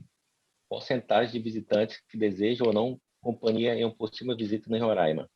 Então, 52,6% falam que de 2 a 3 pessoas iriam, né, para essa viagem, de 26,9% de 4 a 5 pessoas e 17,1% acima de 6 ou mais pessoas. Neste gráfico, percebemos que mais de 50% dos entrevistados desejam fazer a visita acompanhados. Considerando o gráfico de gênero visto anteriormente, também notamos que as mulheres representam a maioria dos que desejam acompanhar durante o turismo. Próximo gráfico. O que é considerado importante pelos possíveis visitantes em uma viagem em Roraima? 51,3% é a questão da segurança, bem-estar e qualidade. 32,1%, preço justo em todos os aspectos da viagem. 9,4%, deu acesso fácil à informação para o turista. Aqui notamos que a maioria dos potenciais turistas desejam segurança, bem-estar e qualidade no serviço turístico. Isso indica que o planejamento e o preparo no serviço atrairá ainda mais turistas. Próximo slide. As estratégias de marketing para o turismo em Roraima. A primeira estratégia é a criação de uma empresa de turismo em Roraima com um nome, né, que seja bem ligado ao estado, que é Conexão Roraima. A segunda estratégia é o uso de canais de comunicações digitais como YouTube, Instagram, em site institucional de empresas de marketing, né? Também fazer o ED Network também, né? Aqueles blogs relacionados ao turista, né? Ao turismo. A terceira estratégia é a formação de parcerias com hotéis, bares, restaurante, empresa de turismo e Secretaria de Turismo de Roraima, né, fazendo aquele também o CPI, né, CPI. A quarta estratégia seria o uso de anúncios patrocinados no Google EDS também, e também os sites, né, as redes, os impressos também, né, fazer inclusive após isso fazer o CRM, né, dos leads que não foi convertido em venda, em clientes, mas assim justamente para ampliar mais a rede de possíveis clientes potenciais. Esse foi o estudo que nós fizemos aí. Finalizou. Beleza. Concluiu? Concluiu, professor. Bacana, bacana. Obrigado. Palmas para o time. Ei! Bacana. Olha só, breve comentário. Até devido ao tempo, eu vou fazer pequenos comentários e no final eu faço um geralzão, tá? Mas Beleza. você colocou números bem interessantes aqui. Se puder voltar no gráfico, você colocou um gráfico sobre a quantidade de pessoas que iriam para Roraima e a quantidade de pessoas que não iriam para Roraima. E a quantidade de pessoas que não iriam para Roraima acaba sendo muito grande. Eu acho que está depois desse gráfico aí. Tá aí, ó. Aqueles que desejam visitar Roraima. São pessoas que não foram, queriam pela primeira vez. Entendi. Que é o gráfico aqui da esquerda, né? Isso, exatamente. Entendi. Então, tem um potencial de... um potencial de público novo grande, né? Exatamente. De leads que pode se transformar em potenciais clientes, né? Que tem curiosidade de conhecer o estado, mas não foram ainda, né? Verdade. Então, olha só. Isso é um contexto bem interessante. A gente conhece mais ou menos o tamanho do mercado, o tamanho das possibilidades que a gente pode ter adotando essa estratégia. Aí, você foi para o próximo gráfico, onde você identifica lá que, normalmente, 50% acho que está um pouco 52%, acima, 52% das pessoas que desejam ir de 2 a 3 pessoas. iriam de 2 a 3 pessoas. Elas não iriam sozinhas, né? É raro, na verdade, as pessoas irem sozinhas a passeio. Mas, então, isso já dá uma lógica de estratégia para adotar, por exemplo, com uma empresa de ônibus ou então uma empresa receptiva. Olha, você sabe que se você vai fazer um ônibus, né, e você vai fazer um itinerário de um ônibus para o Tepequém, então você sabe que pelo menos você vai estar levando uma quantidade, 50% vai estar levando casais e você vai ter uma porcentagem de, sei lá, ali 17% de pegar um grupão de 4 a 5 pessoas. Você pode planejar as compras de um hotel, né, de uma cozinha de um hotel, de um restaurante, num ponto turístico como esse, com base nessa lógica.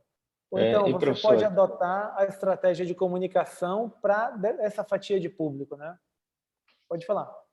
foi um dos nossos pontos que colocamos aí, né? Colocamos 4 estratégias aí para atrair o lead, né? E transformar isso em venda. Uma delas foi isso aí, né? Fazer parceria com hotéis, bares, restaurantes, empresa de turismo, Sim, inclusive, né, participar junto com a Secretaria de Turismo do Estado, né? Justamente para exatamente. cercar o cliente, né? Aqui, na verdade, a gente está analisando a maneira, o pensamento de vocês, né, na captação dos dados, né? Então, aqui eu achei um ponto bem interessante que vocês colocaram, justamente em que quantidade é possível avaliar, né, o potencial turístico, em qual quantidade de pessoas, de viajantes, a gente pode abordar para poder motivar os desdobramentos daquela solução. Então, quando a gente vai lá na solução, por gentileza. Quem está comandando o slide aí?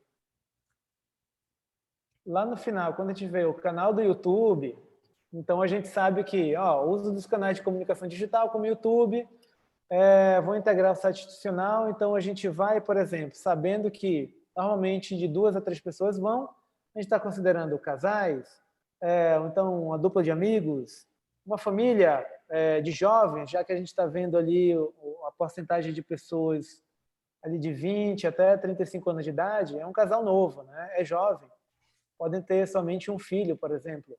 Então, você já sabe que na tua campanha você vai pautar esse tipo de persona, né? Então, a persona da Ana, ela pode estar acompanhada do marido ou do namorado.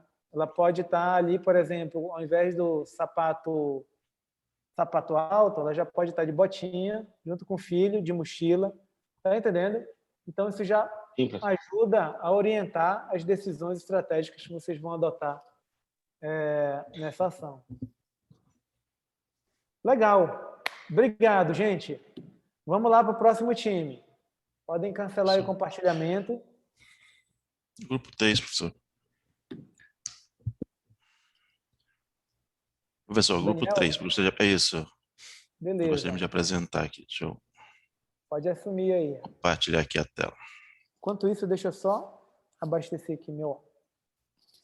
Só um minuto.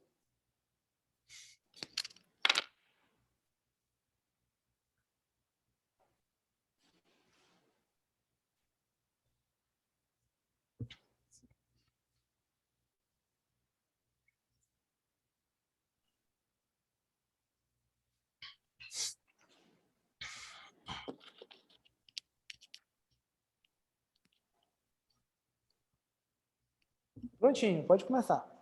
Perfeito. Boa noite a todos. Nossa equipe vai apresentar as pesquisas que nós fizemos sobre as potencialidades turísticas do estado de Roraima. A nossa equipe, né, o grupo 3, composto por Keitilane Santos, o Alan, o Fran Cleguiar, Priscila Miquiles, Luan Neves, o Ariel, o Daniel, que sou eu, para apresentar o trabalho juntamente com o Luan, e o Andrei Maciel. Então, a gente começa pelo histórico, né, do estado de Roraima, que é esse estado, né, e o que tem de tão interessante, né, que poderia atrair o turista, né. É um estado localizado aí na região do extremo norte do Brasil, né, faz divisa com Amazonas e Pará, e fronteira com a Guiana e Venezuela. Ainda é um estado ainda pouco desenvolvido economicamente, né, é o menor PIB dentro dos estados brasileiros, segundo pesquisa, e a economia é basicamente agrícola, né? Um setor secundário, que tem as indústrias de alimentos e beneficiamento de produtos florestais, basicamente. No terciário, que é o serviço, né, que é justamente onde está aí potencial de turismo, a predominância ainda é de empregos voltados ao setor público, né? Então, depende muito do setor público para a geração de empregos na área de serviço. A infraestrutura, nós descobrimos que tem baixo investimento, não só do setor público, né, do governo, como há um desinteresse do setor privado em investimento até o momento. Há uma dependência energética aí que complica um pouquinho mais, que é a dependência da Venezuela, não está interligado com o Leão. A população estimada até 2020, pela pesquisa, foram 600, aproximadamente um pouco mais de 631 mil pessoas. E a capital é Boa Vista. O mapa turístico do Brasil, né, ele foi todo reformulado, inclusive na região, no estado de Roraima, existia 15, né, cidades aí que eram considerados polos turísticos. Ele foi simplificado para apenas 5, né, são compostos de 3 regiões e 5 municípios, né, distribuídos entre Savana Amazônica, 3 municípios, o extremo norte do Brasil, que no caso aí seria Boa Vista, águas e florestas da linha do Equador. Esses municípios eles foram categorizados em A, B e C, né, e D e E. Os A, B e C, basicamente, detêm 95% dos empregos de meio de hospedagem, né, 87% dos estabelecimentos formais de meio de hospedagem, e também detém 93% do fluxo doméstico e internacional de turistas.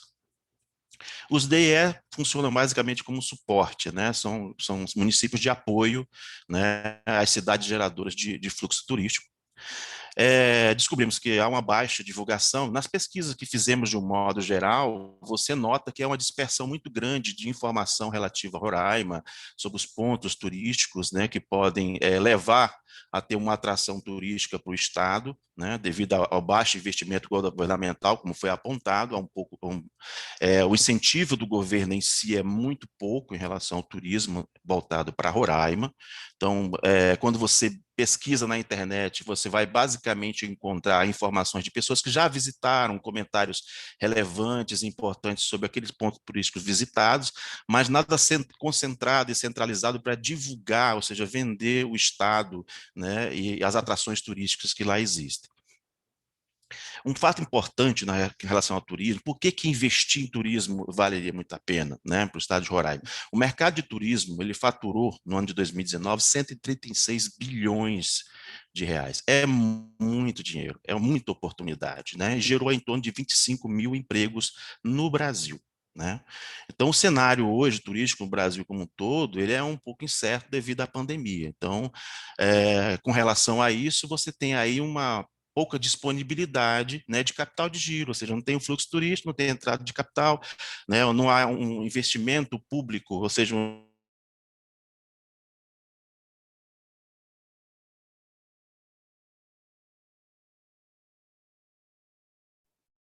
tem despesas a pagar e não está gerando fluxo de caixa que possa fazer com que ela faça novos investimentos, confiante que haverá um retorno sobre isso. Né? A expectativa de ampliação, né, com a imunização, aí a expectativa gerada, com a imunização, né, a nível nacional, que possa fazer com que haja uma retomada novamente do fluxo turístico no país. A intensificação dos protocolos, né, o atendimento às medidas restritivas, são meios paliativos que estão sendo utilizados para poder que as pessoas que visitem, né, possam usufruir, né, daquele momento, né, para encontrar o apoio necessário no estado, na cidade visitada, né, para que ela não tenha a perda relativa ao que investiu para aquela viagem, né. Nesse caso, é sempre interessante que nesse cenário, né, haja uma atuação integrada, né, das empresas, de um modo geral, e do setor público, né, de voltado a garantir a segurança para aqueles que visitam o Estado. O turismo é uma coisa bem interessante, ele é um meio, né? É um meio para entrada e influencia em torno de 50 setores. Aí nós temos alimentação, transporte, recreação, hospedagem, isso aqui são os mais comuns, aluguel, logística, dentre outros. Então, é uma porta de entrada para fluxo de recurso financeiro que vai subsidiar outras cadeias produtivas também. O resultado da pesquisa que nós fizemos, baseado nessas informações preliminares, o Luan vai apresentar para a gente aí, né, o que nós percebemos dela. Luan. Deixa eu só verificar aqui.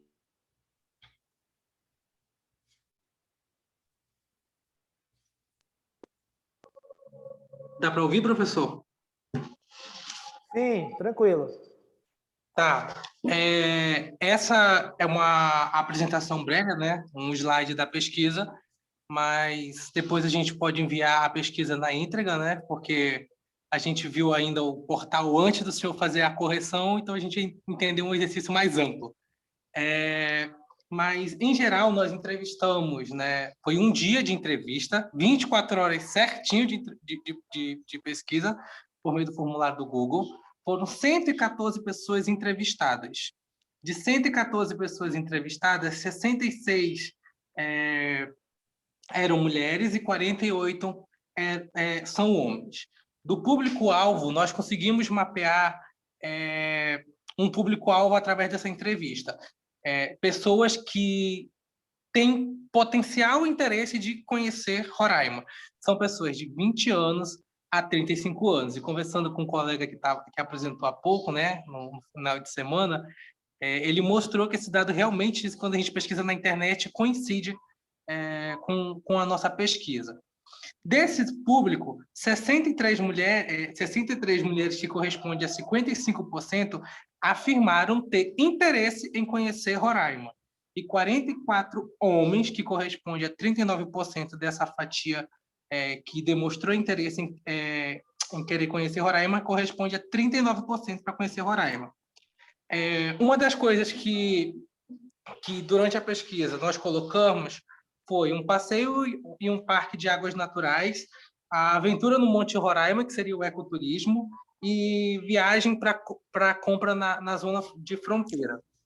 E, em primeiro lugar, na nossa pesquisa, nós tivemos o passeio em parque de águas naturais. Foram 111 pessoas que falaram que têm interesse. Esse número de pessoas corresponde a 97% dos entrevistados. Sobre a aventura de ecoturismo no Monte Roraima. Apenas 6 pessoas informaram que não teriam interesse nesse tipo de atividade, de ecoturismo. Foram 3 mulheres, ambas são de Manaus, uma faixa etária de 47 a 61 anos, e apenas uma já viajou para Roraima. E aí nós temos também 3 homens, com a faixa etária entre 45 a 65 anos, 2 são de Manaus e um de 45 de São José informou que não teria interesse em fazer esse passeio de ecoturismo. Ou seja, do público entrevistado, 95% das pessoas têm interesse em fazer ecoturismo, 108 pessoas. Sobre a viagem para fazer compras em Roraima, 92% das pessoas entrevistadas demonstraram interesse. 61 mulheres, que corresponde a 53% do público entrevistado, e 44 homens, que corresponde a 39% do público que demonstrou interesse em conhecer Roraima. Os meios de pesquisa que as pessoas procuram quando elas pesquisam sobre Roraima, nós conseguimos mapear. Sites especializados. A maior procura é por homens. Na nossa pesquisa, 20 homens sinalizaram que toda vez que procuram o destino de suas viagens, eles procuram através de sites especializados. E aí 2 mulheres sinalizaram que pesquisam em sites especializados. As mulheres têm preferência em pesquisar seu destino de viagens em blogs de viagens. Nesse campo, 20 mulheres sinalizaram que pesquisam em blogs de viagens e 5 homens sinalizaram que pesquisam em blogs de viagens. E aí ficou empatado o YouTube. Foram 21 pessoas, né? 8 homens falaram que pesquisam no YouTube e 12 mulheres. Então, a gente identificou que o nosso público são pessoas no entorno de 20 a 35 anos e o meio de pesquisa deles são sites especializados, blogs e YouTube.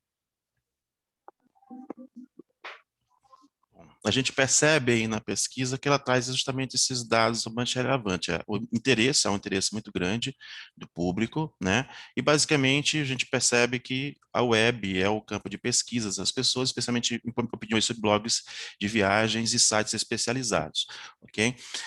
Baseado nisso e no histórico que a gente viu de Roraima, a gente fez uma pesquisa no Google, usando o Google Trends, né, sobre palavras-chave que possivelmente as pessoas teriam que pesquisar para encontrar Roraima, os atrativos turísticos, e as palavras mais relevantes, ou seja, aquelas que trariam dados mais relevantes no Google Trends, foi Roraima, o Monte Roraima e Boa Vista, né? Então, um ponto turístico, o estado e a capital, né? Sendo que Roraima e Boa Vista foram que trouxeram maior quantidade de dados. Especificamente porque, assim, a gente colocou algumas palavras, verificar onde está concentrado essa pesquisa, né? E algumas palavras concentravam no Acre e na região norte, né? Aqui expandiram a maior quantidade, ou seja, tiveram um ambiente de interesse maior a nível Brasil, que é o que é mais relevante para atrair o turista brasileiro e internacional para Roraima, foi utilizando essas três palavras, tá? Então, podemos observar aí que o Monte Roraima, que é o principal atrativo, né, seria o principal atrativo, ele tem uma baixa pesquisa, né? Que reforça aquela questão. O vender Roraima na internet ainda está muito escasso, ainda dependente de muita informação daqueles que visitaram, tiveram, né, o prazer de conhecer o Monte Roraima e suas adjacências. Tá? Pesquisamos que tipo de turismo seria mais interessante para Roraima, ou seja, casaria com a característica de Roraima, e o ecoturismo é o que está mais parecido com o que Roraima tem disponível, né, de maior potencial, né? Daniel, E fizemos tenta concluir, tá? Tá. E segundo a organização, a OIT, o ecoturismo ele cresce em torno de 20%, bem superior ao turismo de um modo geral. Qual é a proposta para nós, né? Nós vamos propor para Roraima. Primeiro, criar uma landing page, né, para captar dados dessas pessoas que têm o interesse. Essa landing page vai dar gratuitamente a essa pessoa, em troca dos dados dela, um guia de bolso, que é uma forma de concentrar toda a informação que o turista normalmente procura, ou seja, eu quero saber como conhecer aquilo, ter todos os acessos, onde ficar, onde comer, né? Simplificar a vida do turista, e esse guia de bolso iria trazer todas essas informações das principais cidades, os pontos turísticos mais importantes, aonde comer, aonde ficar, né? Então, o que há de mais interessante em Roraima, Pacaraima, né, são as principais cidades de lá, você vai ter nesse guia de bolso. Mais adiante, nós criaríamos um site exclusivo, trazendo Roraima para mais visibilidade, com informações, fotos de maior qualidade, para o nível profissional, com toda a parte de diversão, as férias mais emocionantes, demonstrando que Roraima tem um potencial enorme de mostrar visualmente locais que as pessoas imaginam que não existem em Roraima. Então, além do Monte Roraima, tem águas que são lindíssimas e locais muito aprazíveis para o turista. Então, essa página iria trazer esses vídeos e fotos mais relevantes e bem interessantes para atrair o turista de um modo geral. Tá? Então, criar uma página no Facebook, no Instagram. Por incrível que pareça, eu pesquisei no Pinterest, ele traz informações e fotos maravilhosas de Roraima que você não encontra em todos os sites. Então, ele está muito disperso. Como ele concentra fotografias, você acaba indo direto ao ponto, mas ainda continua muito disperso porque ele traz um horizonte de pesquisa muito grande. Então, o ideal seria trazer Roraima e todo o atrativo numa pesquisa única e direta para o turista. Tá? O mais interessante, para concluir com vocês, esse guia de bolso, na página inicial da landing page, ele mostra, como eu falei para vocês, fotos que as pessoas possam não imaginar que existe em Roraima. Por exemplo, um visual desse, do Monte Roraima, e um ambiente que parece que você está nos Estados Unidos, ali na região do Texas, né? Então as pessoas pode ser que não acreditem que existe lá, mas existe essa disponibilidade. Parques temáticos, né? Locais, restaurantes de primeira, né? Locais para diversão pública, né? Num lago, que é o Lago do Robertinho, muito interessante. Daniel, Então, a conclui, gente... Daniel. Concluindo, então, esse seria a nossa estratégia para atrair o turista para Roraima, vender Roraima como ela deve ser vendida e atrair, de fato, o que a gente precisa. Obrigado, professor. Beleza, obrigado, Daniel, obrigado, turma. Muito bom. Palminhas para vocês. Olha só, bem interessante, né, a abordagem que vocês já colocaram. Então, a gente tem um universo de pessoas que basicamente não conhecem ainda Roraima, né? Então, você citou aí o número 92,7%. Então, é um público em potencial de Roraima.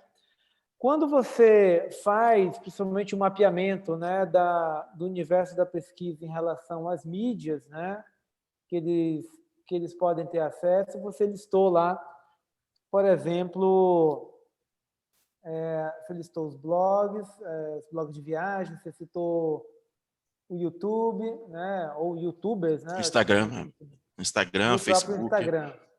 Exato, né? Mas eu estou vendo ali os principais números, né, que dava lá 21 comentários, 20 Justo, deixa eu comentários, né, mostrar. em relação desse universo. Isso. Aí agora, no final, você falou que fez uma pesquisa no Pinterest que poderia também ser adotar uma estratégia. Né? Um link na própria página de Roraima, né? Mostra que lá você traria todas essas fotos a nível profissional, né? Para dar mais visibilidade, né? Mas é interessante porque Mas, está assim, lá, né? Mas é pouco pesquisado. É pouco pesquisado e não apareceu no teu universo da pesquisa, né? Então, talvez Pois é. seja uma estratégia que não dê tantos frutos assim, né? A partir dos dados que vocês conseguiram coletar, o caminho seria simplesmente a landing page impactada, né, por ads aí no YouTube, né, nos blogs e sites especializados. Ok, obrigado.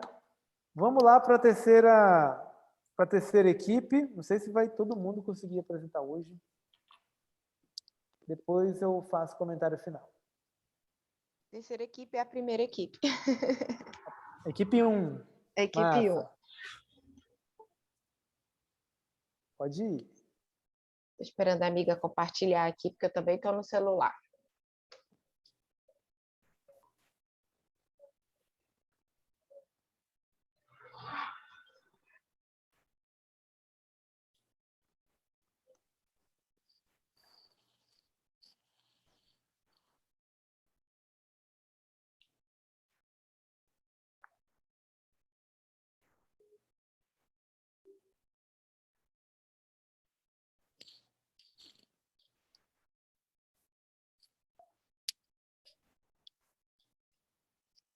Consegue colocar no modo exibição?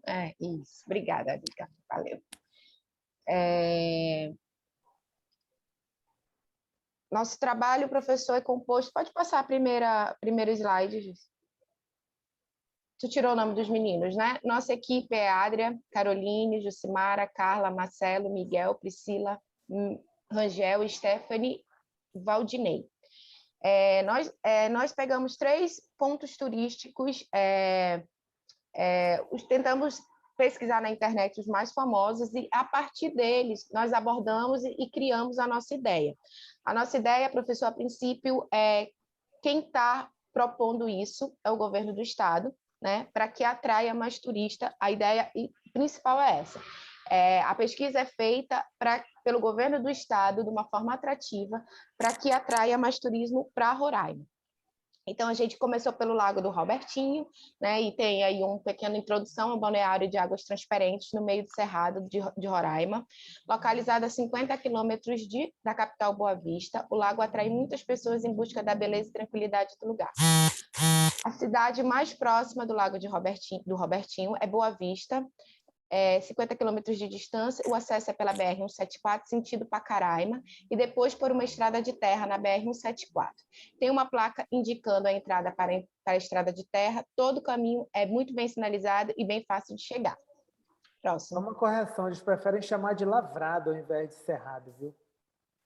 Lavrado? Não conhecia. A região? Lá eles chamam de lavrado. Parece um cerrado, né? Mas eles chamam de lavrado. Entendi. Certo. Pegamos a Praça das Águas. A gente escolheu alguns lugares mais longes, né? E a Praça das Águas, que foi um marco, né? Eu acho que a cidade é bem dividida nisso. É um convite de apreciação das fontes luminosas em Boa Vista. capital de Roraima. Os símbolos do local são diversos chafarizes de água que proporcionam um belo espetáculo. Um dos seus principais monumentos é o Portal do Milênio, construído na chegada do ano 2000, com 16 metros de altura. O portal simbolizou a passagem para um novo tempo, alegoricamente para uma nova cidade. Próximo. Serra de Tepequém. O Tepequém está situado entre os limites da Venezuela e o estado de Roraima. É uma região onde vegetação varia entre campos e flores virgens, sendo que as imponências de sua beleza naturais são demonstradas no seu ponto alto, situado a 1.200 metros de altitude. O Tepequém está localizado aproximadamente a 200 quilômetros da capital de Boa Vista, Roraima. Geograficamente, encontra-se entre o rio Amajari, ao norte, e a ilha de Maracá, ao sul. O Tepequém deve seu nome a uma origem incerta. Tradicionalmente, registra-se que o seu nome é originado de uma palavra indígena, Tupã, Tupã-quém, que quer dizer Deus do Fogo, por assim se localizar sobre um vulcão extinto há alguns milhares de anos. A partir daí, professor, a gente fez uma pesquisa, pode passar.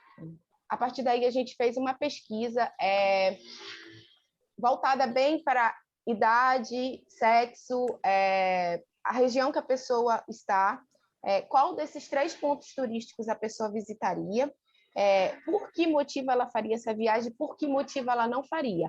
A gente colocou nessa abordagem o cenário de Covid, né? E a partir daí, a gente conseguiu ver que foi feito com 71 pessoas, né? E o público-alvo foi de 18 a 28 anos, do sexo feminino, claro, a região norte, né? Por quê? Porque ela é pouco conhecida fora da região norte. O lugar onde mais as pessoas visitariam seria o Lago do Robertinho. O que não fariam elas viajarem seria o financeiro, e o que fariam elas fazer essa viagem seria justamente pequenos grupos em locais abertos com medidas de segurança, né? Esse seria o cenário ideal para o público visitar Roraima. Pode passar. A partir daí, a gente criou um bannerzinho, né? Para ser atrativo para os clientes, para os turistas, desculpa, que as 500 primeiras pessoas ao entrarem no estado de Roraima, obterão um desconto de 40% de desconto no estabelecimento parceiro do governo. Entre eles, os pontos turísticos mais visitados, Lago do Robertinho e Serra de Tepequém, no Monte Roraima. As pessoas entrariam no site, né, na data estipulada, e conseguiriam esse desconto nos passeios que já estariam montados para ela, né? Então, dentro desse site, a gente colocaria as fotos, os principais, os pontos fortes de cada lugar, e a partir daí a gente também criou um videozinho para ser mais atrativo também.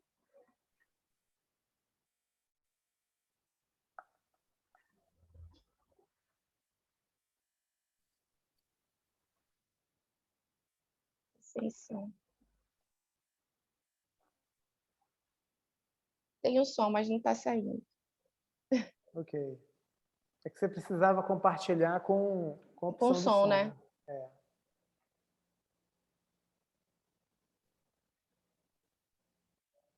Legal, legal. Lago do Robertinho. Uhum.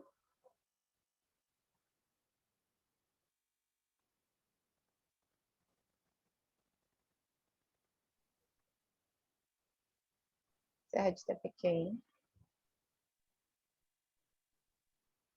Alguém da equipe já foi em Roraima?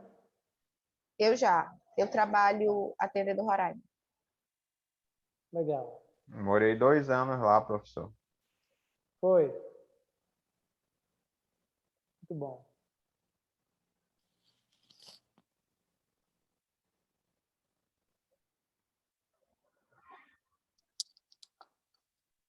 Ah, o Miguel, né? Miguel Macuxi. Pronto, isso é isso. Muito bom, beleza. Obrigado. Palmas para o time. Legal, olha só. Vocês adotaram uma pesquisa. Acho que a pesquisa poderia abordar alguns assuntos mais aprofundados, né? Mas, quando você colocou aí essa questão da estratégia dos 40% de desconto, os 40% de desconto eles estão sendo adotados maciçamente por vários estabelecimentos turísticos, né? Inclusive, não sei nem se vocês sabem, mas, por exemplo, a Pousada do Gavião aqui no Novoeirão estava com uma promoção agora no mês de maio de quase 40% também de desconto, né? Para quem não conhece, vale super a pena conhecer. E aí, o que acontece? O que vocês destacaram na pesquisa, que foi o detalhe pelas preocupações em relação à Covid, né, a priorização de locais abertos, né, higienização e tudo mais, você entregou como a solução principal é o desconto, né? Então, acredito que a estratégia ela deve ser adotada utilizando o que vocês conseguiram coletar da informação. E a informação é, olha, a gente pode adotar, de repente, um turismo exclusivo, sendo que você vai ter um desconto, ou talvez você nem precisaria de todo esse desconto dos 40%, mais dos 20%, mas você vai ter uma barraca exclusiva sua e uma faixa de areia no Lago do Robertinho, somente para você, pagando tantos por cento. Aí você vai ter um serviço exclusivo, sabe? Gerar um encantamento, porque o dado que vocês conseguiram coletar dizia que essa pessoa, ou melhor, ficava subentendido que ela gostaria de ter exclusividade, que ela gostaria de ter cuidado, né, atenção em relação a essa preocupação dela. E que também uma das coisas que impedia de ir era o lado financeiro, né? Tinha o lado financeiro, mas o que soltou lá da pesquisa foi esse cuidado. Mas, assim, não tira o mérito, não. E aqui eu já faço uma geral em relação às três equipes. Deixa eu só fazer um comentário aqui. No meu relógio já são 9 horas, né? Então, a outra equipe, eu acredito que a gente vai deixar a apresentação para amanhã, tudo bem?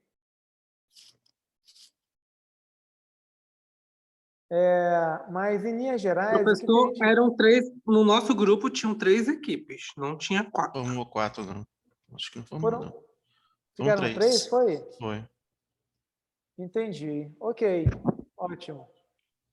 Então, olha só, falando em linhas gerais também, a gente pode considerar que o tipo de pesquisa que a gente faz, né, a abordagem que a gente faz, principalmente já tentando descobrir assim, os detalhes, né, as minúcias em relação à experiência do turista, como, por exemplo, o grupo perguntou lá sobre, olha, você viaja sozinho, viaja quantas pessoas vocês iriam? Então, esses detalhes, eles fazem toda a diferença na hora que a gente vai propor as estratégias, né? Então, é aquela questão dos pequenos dados, né? Lembra que eu falei para vocês na outra aula do Small Data, né? Lá do Martin Lindstrom? Os detalhes que vocês podem perguntar e que fazem toda a diferença em relação à experiência do turismo para lá, que vocês podem adotar na estratégia de vocês, né? Então, imagina que, se a gente está preocupado em relação à Covid, mas também a questão financeira, viajar para próximo da cidade, então a gente pode adotar, por exemplo, vamos montar uma estratégia para você fazer a sua lua de mel, já que você está querendo viajar, faça a lua de mel no Tapequém, faça a lua de mel lá no Aquapark. Então, que tipo de estratégia você pode adotar para justamente fazer com que essa persona que vocês levantarem enquanto pesquisa seja interpretada a partir desses dados e consiga usufruir de um serviço exclusivo, né, e único em relação a ela. Olha, o desconto você vai ganhar 40%, e a partir dos 40% você pode criar um cadastro e juntar isso a um programa de fidelidade de viagens. Você acumula pontos em dobro no hotéis.com, por exemplo, né?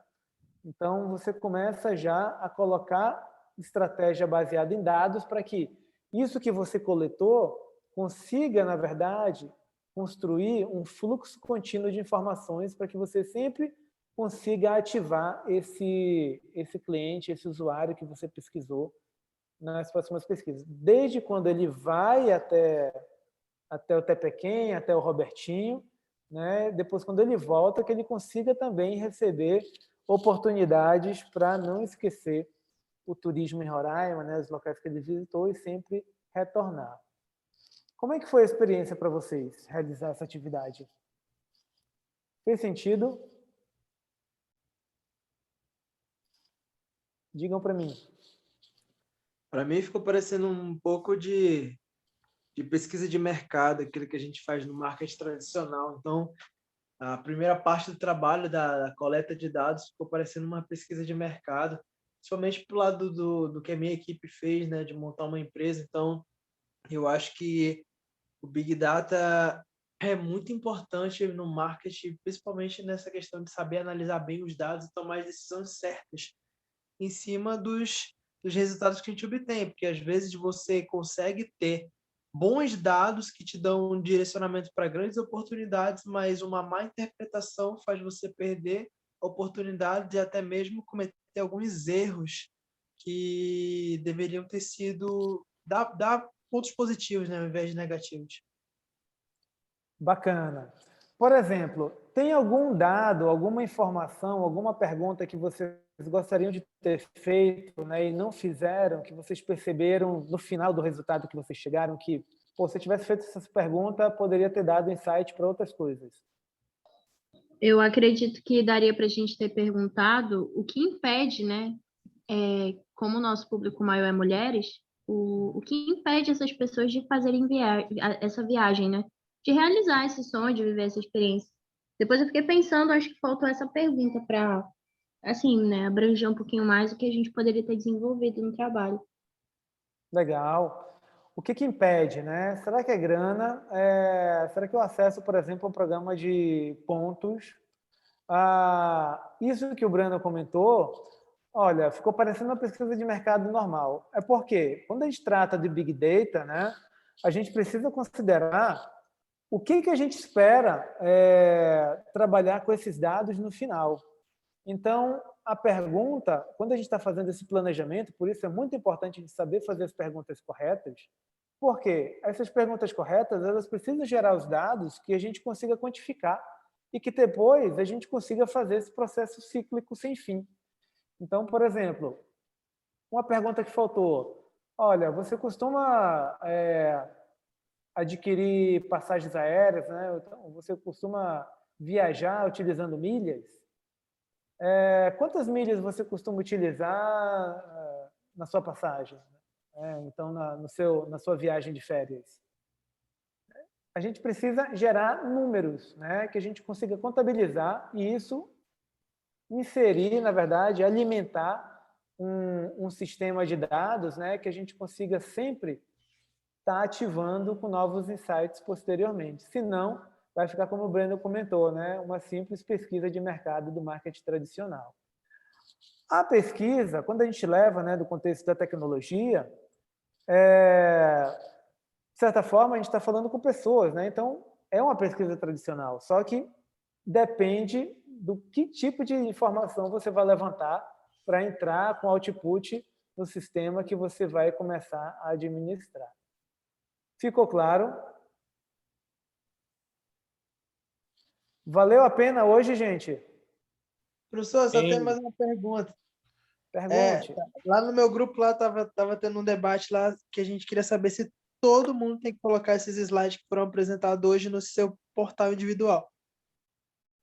Sim, por favor, porque é o meu registro, na verdade, da entrega de vocês, tá? Então, coloquem, de preferência no PDF, para poder ter também aqui acesso comigo, né? Novamente, assim, PDF é sempre melhor porque não muda a fonte, né? Não muda nada, não bagunça a apresentação de vocês, fica toda certinha. Tem um prazo para colocar, professor? Olha, eu sugiro que vocês coloquem essa semana. Amanhã Tá. eu vou lançar o nosso próximo desafio, então pelo menos para não ficar uma bola de neve depois. Não, eu tenho que falar com a Brenda, porque não está aparecendo a matéria para mim, só para ela liberar que não está aparecendo, para eu poder colocar. Pronto. Brenda, se quiser comentar qualquer detalhe, E, professor, me tire uma dúvida, por favor. pode falar. É porque, na verdade, eu perdi somente uma aula sua. Só tem esse trabalho ou tem um outro trabalho? Não, somente esse. Amanhã a gente vai ter o lançamento de um próximo, do segundo. Ah, tá, entendi. Tá bom, obrigada. Beleza? Amanhã a gente ainda tem aula. Então, gente, concluindo a nossa noite, obrigado pela participação de vocês. Amanhã a gente retorna aqui nesse mesmo bate-horário.